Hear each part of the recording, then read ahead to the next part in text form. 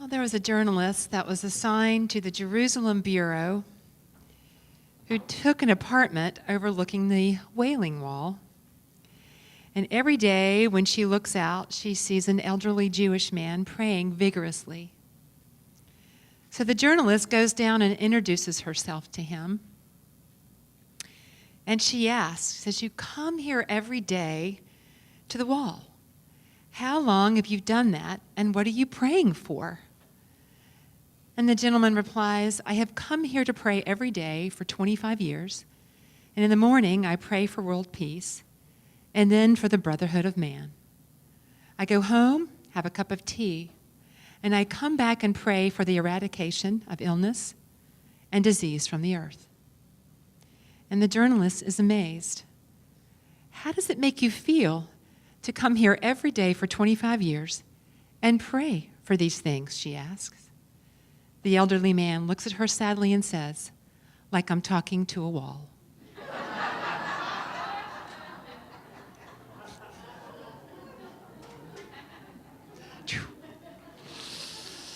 Yeah. So, welcome back, Joan. Joan Palmer. And welcome back, Jeannie. Joan Palmer has been in Italy, and Jeannie has been with her family as her mother transitions. So just so glad to have you back. So, SEE, I'm riding the wave and the joy, as you heard.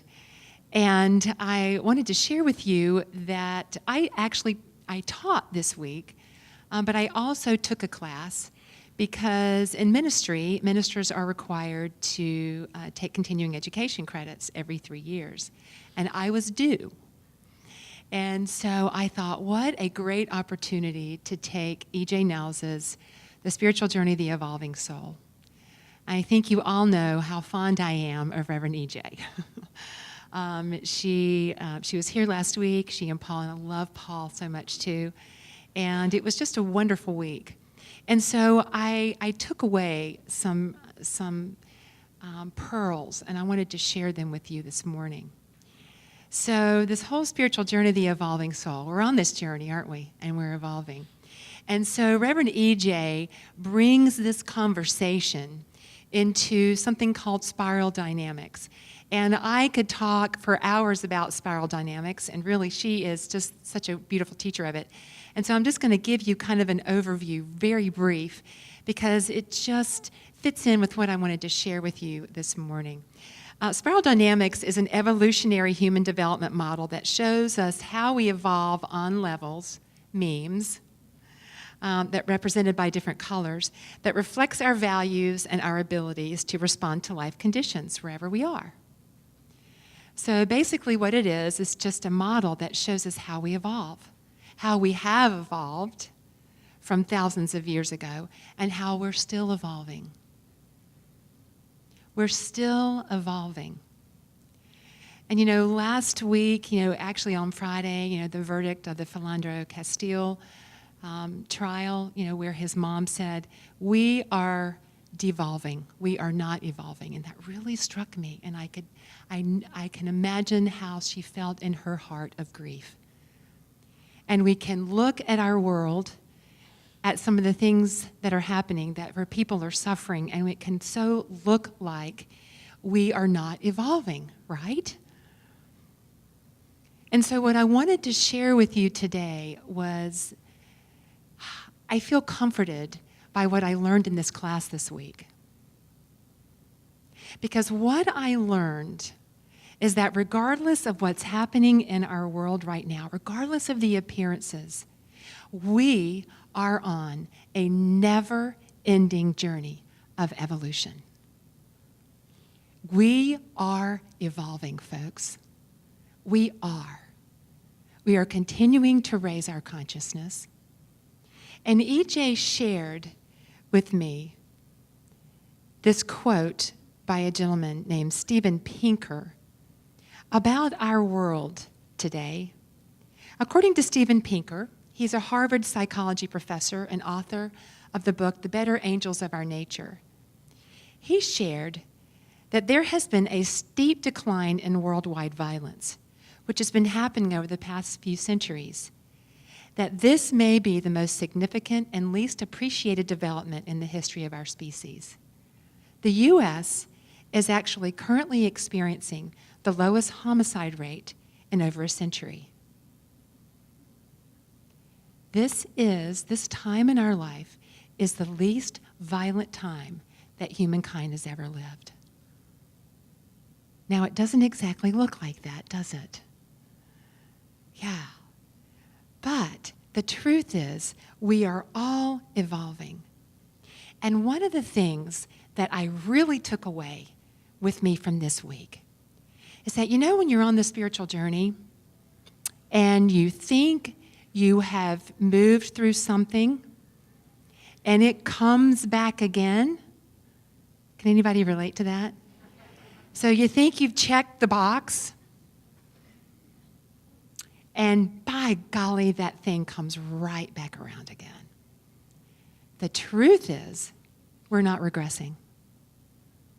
You are not regressing. What happens as we move up the spiral of our evolution is that it just comes back around again because we're approaching it from a more elevated place than we did last time. You notice maybe it's anger or maybe it's upset. And do you notice that maybe you're not staying angry maybe as long? Maybe you're able to move through it a little bit more quickly than you used to. That's an example of how we are evolving. We are moving up the spiral because we are increasing our capacity to make change in the world as we evolve. We are increasing our capacity to co-create that world that works for all. Because I have to tell you, folks, that is my vision. I just feel it in my heart and soul that we are on this trajectory to co-creating a world that works for all. And the thing is, what I learned this week is that before we make a leap in consciousness on the spiral, what we experience is chaos and confusion. Do you think we're experiencing a little bit of chaos and confusion right now? Yeah. And the thing that was comforting to me in that is that it's because we are getting ready to make a tremendous leap in consciousness. We are. Can you breathe into that? Because again, the outer world can feel a little scary right now, maybe, to us. Worrying. Maybe we feel a little anxious. But to remember that we are not regressing, and we are continuing to move up the spiral. And as we do that, we transcend what no longer works for us, and we include what does. That's how we move up the spiral. There's a quote by Victor Hugo that says, "Nothing is stronger than an idea whose time has come.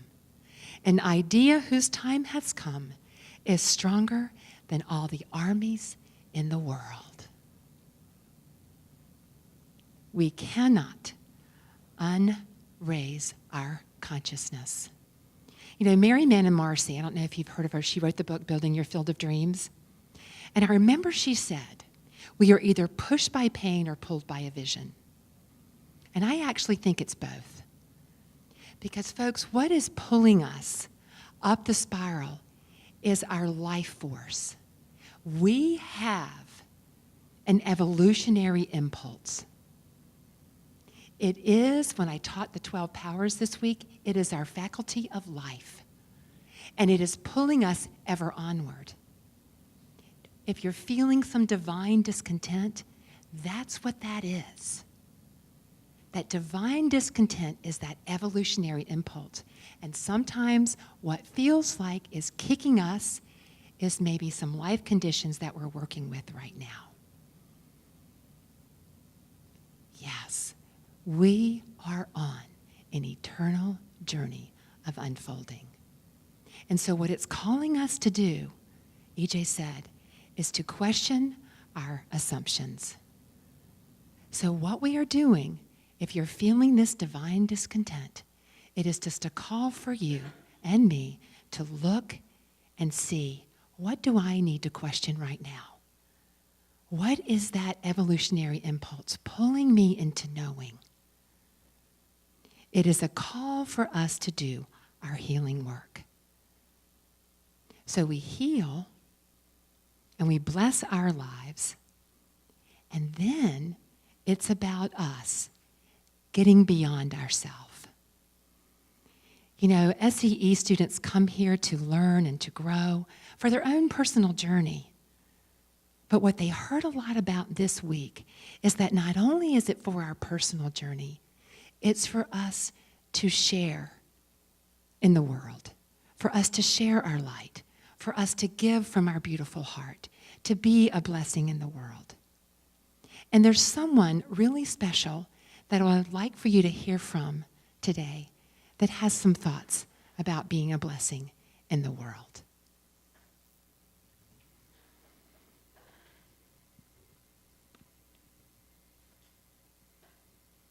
There's an African-American song, 19th century, which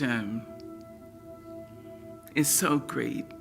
It says, when it looked like the sun wasn't gonna shine anymore, God put a rainbow in the clouds. Imagine. And I've had so many rainbows in my clouds. I had a lot of clouds. But I have had so many rainbows. And one of the things I do when I step up on a stage, when I stand up to translate, when I go to teach my classes, when I go to direct a movie, I bring everyone who has ever been kind to me with me. Black, white, Asian, Spanish-speaking, Native American, gay, straight, everybody. I say, come with me. I'm going on the stage. Come with me, I need you now. Long dead, you see? So I don't ever feel I have no help. I've had rainbows in my clouds. And the thing to do, it seems to me, is to prepare yourself so that you can be a rainbow in somebody else's cloud. Somebody who may not look like you, may not call God the same name you call God, if they call God at all. You see? And may not eat the same dishes prepared the way you do, may not dance your dances or speak your language, but be a blessing to somebody. That's what I think. Yeah. And so that preparation that Maya was talking about, folks, is us doing our work. That in order for us to be that rainbow in someone else's cloud, we have to see beyond ourselves. And so we do our own work on this evolutionary journey, and at the same time, we continue to evolve as we share our beautiful hearts, as we declare our intention to be a rainbow in someone else's cloud, simply by being kind, simply by sharing the love that we experienced when we were in meditation this morning. Who is calling you to be a rainbow in their cloud? Yeah. And so as we say yes, because folks, we're evolving whether we say yes to it or not, but how powerful it could be if together we say yes, I say yes to evolving in my own life, consciously. And so it impacts my personal life, my family, my work. And then I set that intention to evolve even more as I give to others, as I extend from my beautiful heart to be the rainbow in someone else's cloud. And didn't you love? I take them all with me. Kindness, and we know there's a ripple effect of kindness, and we have no idea how it impacts another soul. And I really do believe that we can co-create a world that works for all as we say yes to consciously evolving and extending from our beautiful hearts. So are you with me this morning? Yeah. And so, David, we're so glad to have you here with your message that's part of this whole consciousness of extending and loving and sharing who we are. And so this week, let's question our assumptions this week. Where are you feeling that divine discontent? And to maybe spend some time in silence this week to just journal about that. What's really calling you? What's that evolutionary impulse calling you to know, calling you to heal? And where can I extend my love in this world, my kindness in the world, to be the rainbow in someone else's cloud? So let's do that together, okay, this week? All right, so let's affirm. I do my part to co-create a world that works for all as I extend and share my ever-expanding capacity to be kind and loving. And so it is.